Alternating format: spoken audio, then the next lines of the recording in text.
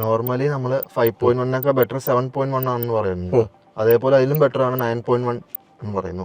അപ്പോൾ ഏത് കോൺഫിഗറേഷൻ നമുക്ക് ചെയ്താലായിരിക്കും ബെറ്റർ ആകുന്നത്? ഇപ്പൊ നമുക്ക് 5.1 എന്ന് പറയുന്നത് നമുക്ക് സ്റ്റാർട്ടിംഗ് ആണ്. ഈവൻ 2 ചാനൽ എന്ന് പറയുന്നത് സ്റ്റീരിയോയിലേക്ക് പോകും. 5.1 ഉണ്ട്, 7.1, 9.1, 11 അങ്ങനെ കൺഫിഗറേഷൻസ് അപ്പ് ചെയ്ത് വരും. അപ്പൊ ഇതെല്ലാം ബേസ് ചെയ്യുന്ന ഫാക്ടർ നമ്മുടെ റൂമിന് ഡയമെൻഷൻ ആണ്. ഒരിക്കലും ഒരു ചെറിയ റൂമിൽ കൊണ്ട് നമുക്ക് 11 ചാനൽ വെച്ച് കഴിഞ്ഞാൽ നമുക്ക് എന്താ സ്പീക്കർ സെപ്പറേഷൻ കിട്ടില്ല.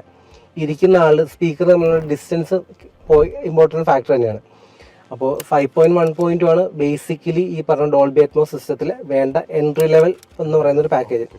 അത് ബേസിക്കലി സ്പീക്കറിന്റെ എണ്ണം കൂട്ടുകയാണ്. സ്പീക്കറിന്റെ എണ്ണം കൂടുന്തോറും ഇമേഴ്സീവ്നെസ് കൂടും. ഒരു ബോൾ അവിടെ നിന്ന് ഹിറ്റ് ചെയ്തൊരു ഗ്ലാസ് തട്ടി ആ ഗ്ലാസ് ബ്രേക്ക് ആവുന്നു. 5.1 ആണെങ്കിൽ ഈ ബ്രേക്ക് മാത്രം കിട്ടും. അറ്റ്മോസ്ഫിയറിലേക്കാണെന്നുണ്ടെങ്കിൽ മേളിൽ നിന്ന് വരുന്ന ഗ്ലാസ് തട്ടുന്നതിൻ്റെ ഇമേഴ്സീവ്നെസ് കൂടും, എഫക്ട്സ് കൂടി വരും. അത് 2 സൈഡ് സറൗണ്ട് ആഡ് ചെയ്യുന്നതോറും അതിൽ വരുന്ന എഫക്ട്സ് കൂടി വരും. അതായത് നമുക്ക് നമ്പർ ഓഫ് ഇവന്റ്സ് കൂടുതൽ കിട്ടും. ഇപ്പൊ ബേസിക്കലി ഈ പറഞ്ഞ പോലെ തന്നെ കോസ്റ്റും കൂടുതൽ, ഒബിയസ്ലി കോസ്റ്റും കൂടുതൽ. കാരണം സ്പീക്കറിന്റെ എണ്ണം മാത്രം കൂടിയിട്ട് കാര്യമില്ല. അതിന്റെ ഒപ്പം തന്നെ എന്തായി നമ്മുടെ മെയിൻ AVR കൂടെ അപ്ഡേറ്റ് ആണ്. AVRന്റെ കോസ്റ്റ് അപ്പോൾ വരും, സ്പീക്കേഴ്സിന്റെ കോസ്റ്റ് അപ്പോൾ വരും. ഈ പറഞ്ഞ പോലെ നമുക്ക് റൂമിന് ഡെപ്തും ലെങ്ത്തും കൂടെ ബാധകമാണ്. അപ്പൊ ഈ പറഞ്ഞ നമുക്ക് മിനിമം ചെയ്യുമ്പോഴായാലും ഈ സൈഡ് വാളിൽ നിന്ന് ഒരു 2 ഫീറ്റെങ്കിലും മിനിമം സെപ്പറേഷൻ കിട്ടിയാൽ നമുക്ക് ഇരിക്കുന്ന ആൾക്ക് കറക്റ്റ് ആ ഒരു വ്യത്യാസം മനസ്സിലാവുള്ളൂ.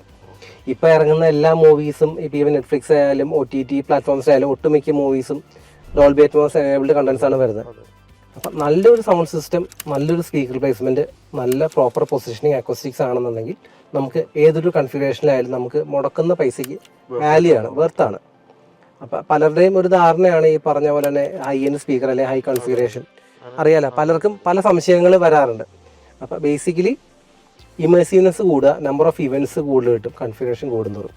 അതൊരു ശരിക്കും പറഞ്ഞൊരു വാലിഡ് പോയിന്റ് തന്നെയാണത്.